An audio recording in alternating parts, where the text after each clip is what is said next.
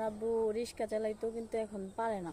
ও বয়স হয়ে গেছে। হ্যাঁ অনেক বয়স। তোমাদের ফ্যামিলিতে কয়জন আছো? তোমার ভাই বোন কয়জন? ফ্যামিলিতে আমার ছোট একটা ভাই আছে আর আমি। ও দুই ভাই বোন, তো সুখী পরিবার। তোমার বাবা অসুস্থ না? এখন তোমার বয়স কতটুক?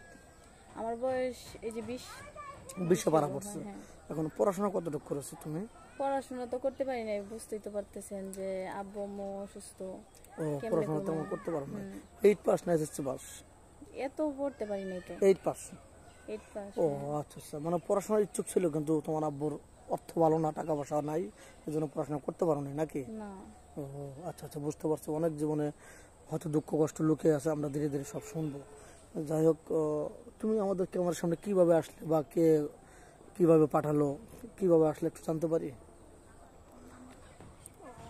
না, তুমি যে আসলে আমাদের ক্যামেরার সামনে কি জন্য আসছো? কারো থেকে শুনছো মানে আমাদের ঠিকানা?